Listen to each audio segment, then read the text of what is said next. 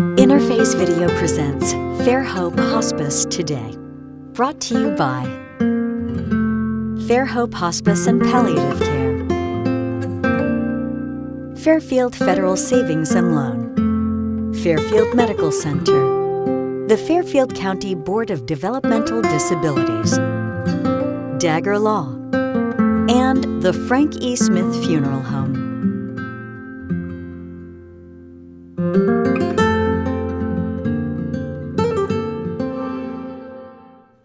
Hi, I'm Kristen Glazier, and welcome to Fairhope Hospice Today. We are here today at the Pickering House, and we're excited to have two of our team members with us today. We're going to talk just a little bit about the holidays, about grief, and just how things affect us at the holidays. We see a lot of patients during that time who are on our hospice services, and some of those who have been through the process and are grieving. So we're going to spend a little time today just discussing that, but first I want to introduce you to two of our team members here today, and we're going to get to know them just a little bit. So to my right, Mark Lynn, good to see you today. It's good to see you, good to be here. All right, we have Rory Bay. Hello, hello. So Mark, let's start with you. Okay. You tell me just a little bit, how long have you been here with Fairhope, and tell me your journey to get to us and your role here at Fairhope. Yeah, well, I'm a chaplain or a spiritual care coordinator, if you want to get fancy, I guess. But I've been here a little more than 8 years. Used to work at a Christian radio station with the guy behind the camera there, Josh. And when I worked there, one of the chaplains did a show for Fairhope at the radio station, and I guess Fairhope was in need of a part-time chaplain. She asked me if I was interested. I interviewed, and that's pretty much how I got here. And I have felt honestly blessed every single day of my life to get to work here and do what I do. And I feel like I've told several people, I feel like God saved the best for the last part of my life to get to do this. Yeah, thank you for saying that. You and I went through orientation together, so That's we true. have been together for a little over 8 years, haven't we? Yes, yep, absolutely. Yeah. Yep. Thank you. Rory, tell us about your story and how you ended up here with us, and kind of a little bit about your job responsibilities. Okay, so I've been here almost 3 years now, and I actually came here from Fairfield Medical Center, where I was a chaplain at the hospital. Okay. And that was quite an experience. Went through COVID as a chaplain, so yeah, there was a lot to see, but it definitely prepared me for this role because here I am what's called a grief care coordinator. And essentially, I talk to the bereaved for 2 weeks after their loss, all the way through 13 months. I help provide grief groups for the community as well as for our hospice patients, survivors. We provide anticipatory grief services here at the Pickering House, and it's a wonderful opportunity to come and just meet people where they are, and to see their grief journey take place and unfold has been really impactful in my life, and it helps you kind of understand the grief process a little bit more than just going to a funeral and seeing someone upset. Yeah. So you definitely learn a lot. We have a PALS program, which is a great program for children. We have the opportunity to go to schools for 3 weeks in a row, talking to kids about their grief response, normalizing their grief questions and feelings. Really is a great opportunity, and it's one of my favorite parts too of the job. Is too. it? Yeah, seeing the kiddos, and especially when you see some progress, and you have their parents just when you call them a couple months later, saying, "Hey, they're doing really well," and they're talking about things. It's really fun. So. Good. I want to talk a little bit more about that as we go down the line, because I'm not sure that people really understand that we will follow the family, the survivors, after they've lost someone on hospice. We are going to follow them for 13 months, which is just the kind of support that you're talking about. The other thing that's so important, and you can visit the website to get some more information, and we are going to talk about that, is the PALS program, the children that we support in the school systems, in the communities, and they do not have to have had a loved one pass on hospice to receive those services. And all the bereavement services are free of charge. We don't charge families for that. And actually, we don't really get reimbursed for that. So what we do is, it's a Medicare regulation that we provide grief and bereavement support to our families. But we kind of go above and beyond. We really want to embrace the community, just knowing that it's such a significant piece in your life, that it's important that people really work through that grief and just learn ways to cope with that. So we're going to talk about that in a little bit. Okay. All right, so let's kind of talk first of all about holidays. Holidays are a joyous time, especially let's kind of talk about Christmas because we're right here in December. Holidays are a joyous time. They're time for family, for friends. They're stressful. They're stressful for all of us as we try to figure out, shopping and schedules and traveling and just all of those things that go with us. We turn this amazing time into probably a little more stressful time than we'd like it to be. Mm-hmm. But then you add on top of that just the loss of a loved one. Mm-hmm. And so I want to talk a little bit about how that really affects the families that we see. So this is kind of twofold. You work a lot with the families in the spiritual realm as they're going through this journey. Mm-hmm. Rory, you usually meet them after, but sometimes your worlds collide. Mm-hmm. So can you just talk just a little bit about the things that you see for those families that are walking through this journey? And really, it doesn't matter what time of year that loss is, because those firsts for everything are hard. First holidays, all first. Mm-hmm. You want to talk about all that a little bit? Yeah, absolutely. I saw several patients yesterday. And obviously do every day, but as you get into the holiday season, your mind goes to the people you're visiting. This may be their last holiday, the people that love them so much and that they love, this may be their last holiday together. And it does, it kind of breaks your heart a little bit. And then your mind goes to just very fundamental stuff because you're a social worker, mm-hmm. right? That's and Rory is in grief and has been a chaplain, and you don't come into this business without a heart that wants good things, and there's just something in all of us. You would just want to reach down and you want to give them some bit of wisdom that's going to make it all better and make it all go away, but it's not there. Mm-hmm. So you just try to remind people, okay, I know the situation you're in, and I know it's hard, and it's good to acknowledge that what you're going through is difficult. Mm-hmm. But these are precious moments. Yeah. This may be the last holiday. Enjoy this precious moment. Make the best of it that you can. Don't let tomorrow and what may come tomorrow steal today from you. Mm-hmm. And we talk about that a lot. So that's kind of my encouragement to them. There's an old saying that yesterday is history, tomorrow is a mystery, and today is the present, or is a gift. That's why they call it the present. Oh.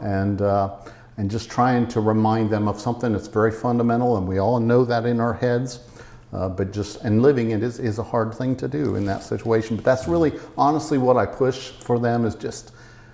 This may be it. Enjoy it, and I always pray for every patient that on Thanksgiving Day and on Christmas Day that they feel especially good. That maybe they're even surprised at how good they feel when they wake up that day, and they can really enjoy it. Because that's what I want for them. I know that's what they want. Yeah, I love that. I really love the fact too that when you go into a home. It's like the elephant in the room. The holidays are coming, but no one really knows how to address that. So when you walk in and you have that opportunity, you bring it to the forefront. You talk mm-hmm. about it because mm-hmm. maybe, do you feel like sometimes it's something that everybody wants to address, but nobody wants to talk about it because it may upset the patient or the family? Yeah, it definitely can be that. And I guess having been there, I kind of understand that feeling that you're almost afraid to address it or to think about it, and you want to try to act like things are normal. Yeah. And I don't. There's no need to do that. I don't think there's any need to pretend that what you're going through isn't what you're going through. And to acknowledge that yes, there are things about this that are difficult and hard, but I read a book recently. It was called "The Beauty of What Remains," and so that's what you try to remind people. Okay, there are things that you've lost, and certainly patients have lost their health. They've lost their health, and a lot of the freedoms they've had. They don't have those anymore, but you still have memories. You still have your loved ones with you. You still have things you can enjoy, and that's the beauty of what remains before they even pass. And you know what I love about memories? If I was to ask you, what's your favorite memory about you and your boys at Christmas time? You can go there, right, and you can relive that memory anytime you want. Isn't that awesome? And so I try to remind people of that you always have your memories to enjoy and to cherish. Yeah, I love that. And that kind of goes hand in hand a little bit as we talk about anticipatory grief, because anticipatory grief is something that a lot of families feel as they're going through that process, like just the fear of, or the sadness of what's going to happen. So you guys sometimes will handle that together, but you and your team, Tracy and you, the team of two, you do have to address that sometimes with patients here at the Pickering House or in their homes. And it's interesting. I've had some wonderful conversations with folks who've said, I try to make this transactional. Like they try to take all of the emotion away from planning ahead, thinking, well, as long as I'm transactional about it, I'll think clearly. The day comes and they kind of fall apart, which I don't think is wrong. I feel like you have to have those emotional responses in order to continue to grieve well. We use the work of Dr. Wolfeld, and he says that doing well in grief means being well acquainted with your pain. And I think sometimes we think it's wrong to have those emotions at the holidays, and you are experiencing a year of first, and right now you know that there's a first coming up that is just not going to look the same, feel the same. Right. So often what I hear is people say, I feel like I've lost control. Grief and anticipatory grief has made me feel like I can't think clearly. I'm in this grief fog, so what do I do? And I think it's kind of you add both of the statements. As my one person said, I made it transactional, but as the emotions come and you feel those emotions, allow yourself to experience them. Wow, that's great. If I just hope for people that are going through this that they can.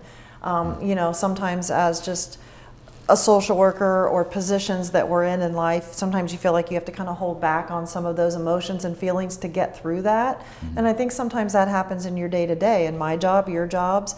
But I really hope for our patients that they allow themselves to feel those things and work through that pain and just feel it. So that's why we have you guys here. All right. I think a lot about the word patience when it comes to grief, is just making sure they understand they're not words. If there were words you could say to make it better, you would say them. They've been said, but it takes a while to recover from loss and to be patient with yourself. And be kind to yourself, if that makes sense. Oh, absolutely. And a lot of the grief group members say too, so many people want to tell you how to feel around the holidays and everything, but you're really never going to know what you're going to feel until you go through it. Yeah, absolutely. Good advice. I want to talk for just a quick second here to end this segment and please stay tuned.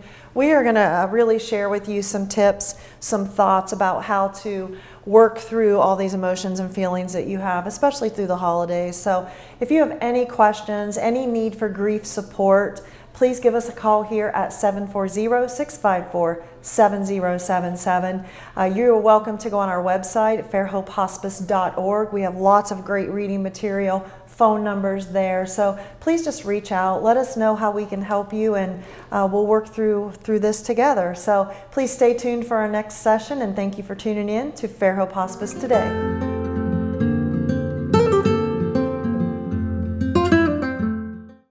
What makes Fairhope what it is our staff. It's always a question that we ask, why do you want to be here with us? And what they most always say is, you've touched my life this way. You took care of this person, or I've seen what you've done and I want to do that. And so the staff that have been here know what it takes. They've been on the other side. They see what it takes to make someone comfortable, to make the family comfortable, and really what kind of support they need. And so I think that's what really makes Fairhope what it is. The Frankie Smith Funeral Home and Crematory in Lancaster and the Johnson Smith Funeral Home in Baltimore have a long and wonderful history of serving our community. Feel free to give us a call at 740-653-0652. Stop in and see us at either of our two locations, 405 North Columbus Street in Lancaster and 207 South Main Street in Baltimore. Respect for tradition, regard for change. If you've been thinking about getting a home loan, now is the time. Hi, this is Carrie James from Fairfield Federal. Our experienced lenders are here to help you make your vision a reality. For more than 125 years, we've been helping our community achieve home ownership. Fairfield Federal has convenient online application for your home loan, home equity loan, and home equity line of credit needs. Visit fairfieldfederal.com to get started. Fairfield Federal for checking, savings, and home loans. Data charges may apply, subject to credit approval. Member FDIC, Equal Housing Lender, NMLS number 402612. This holiday season, we at Fairfield DD want to say thank you to our community. Your continued support enables us to move toward a community that realizes the value of every person. Fairfield DD is here to bring about a vibrant community where people lead lives of greater independence and make meaningful contributions. As we celebrate the holidays and prepare for a brand new year, we are grateful to our community members for supporting and moving our mission forward every day. Merry Christmas and Happy Holidays to you and those you love. Managing your health can feel scary, but you are not alone. At Fairfield Medical Center, our network of healthcare professionals and compassionate caregivers are focused on one thing: supporting you. From primary care to specialty procedures and rehabilitation, we offer the resources you need to lead the life you love. Whatever you're searching for, you can find it at Fairfield Medical Center.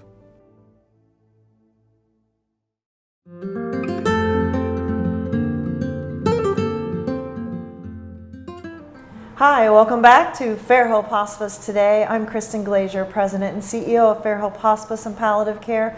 You're joining us today here at the Pickering House, and I have a couple of our staff members here, some friends who just give a lot of support to our community.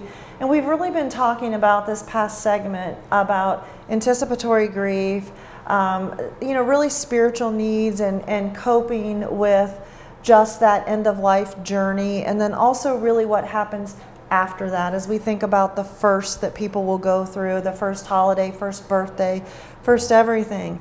So what we'd like to do in this second segment is really present you with some tips and just some thoughts about how to work through the holidays.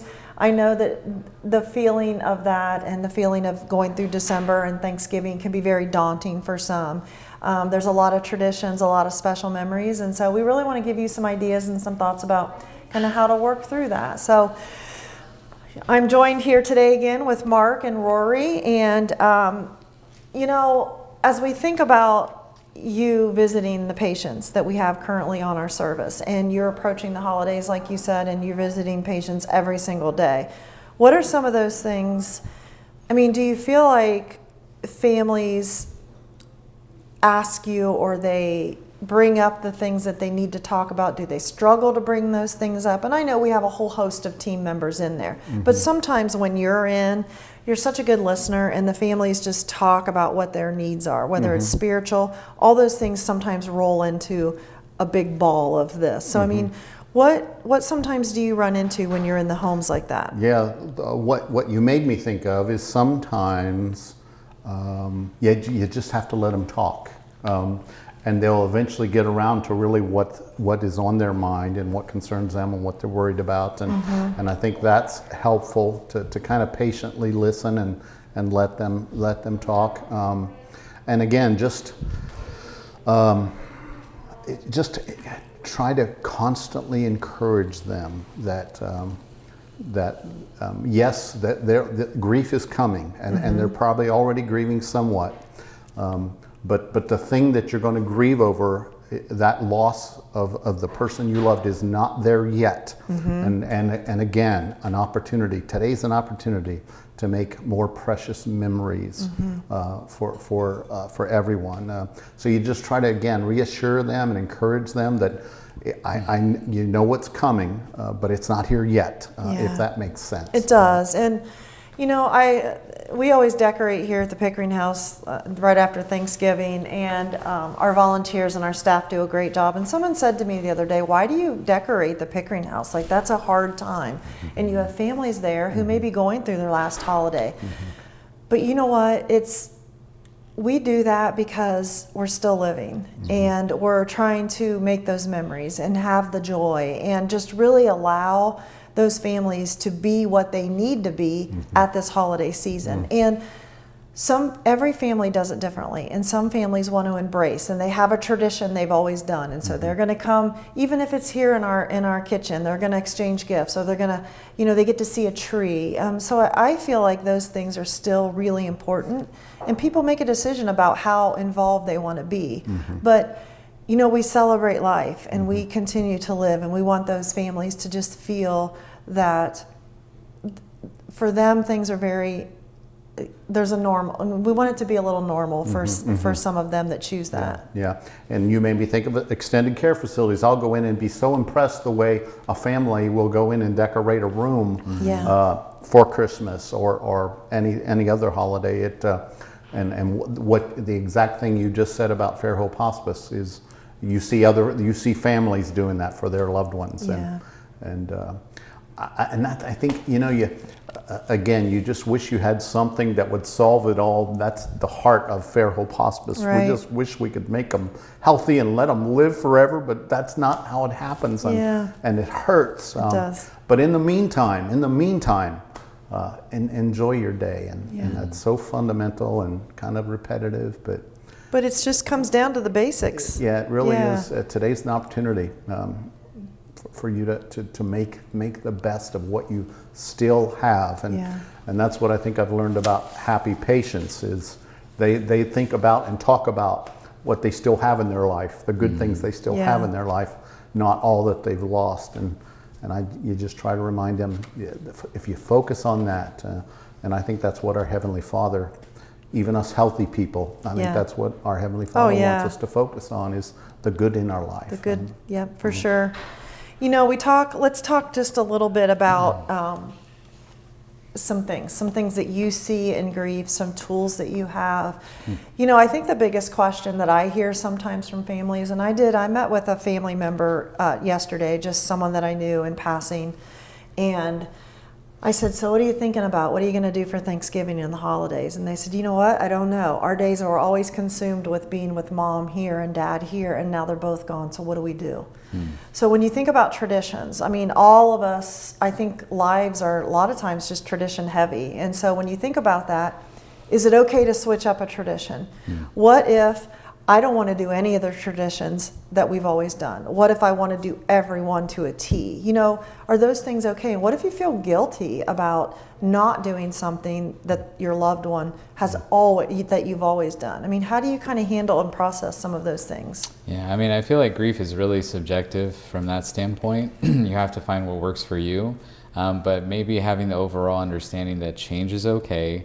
And sometimes from the changes that we have around the holidays, once we've lost a loved one, those changes, if they're really loved, can become new traditions. Yeah. And in a way, it's honoring your loved one who has passed, because this new tradition would have never occurred had this not happened. And not that you wanted them to pass, but from it, there's still beauty, there's still excitement, there's still joy around the holidays. Yeah, and maybe it's a different type of tradition. But you know what? Sometimes I've heard too, that people, when they go through that first holiday, maybe they want a complete change. But then it doesn't, but then maybe in a couple of years or a later time, they want to go back and pull back some of those traditions that they've changed. And maybe that will give them comfort at some point to kind of bring back some of those other traditions. So I think there's no right way, there's no wrong way. It's the way that you feel, however you want to handle that, I think.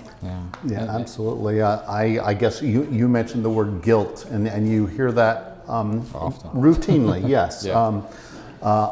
We should have done this, we could have done that, we should maybe do this, and you try to reassure them. And it amazes me. It amazes me constantly, the care, the love, and the sacrifice that families make for the people that they love that are on our care. And you just, and one of the things I tell them, you know what, you can spend the rest of your life feeling guilty if you want. It's up to you. But God doesn't feel that way about you. I'm sure He's smiling at the way you loved your loved one. And so you just try to encourage them, come on, is this what your loved one would want for you? And the answer is emphatically no.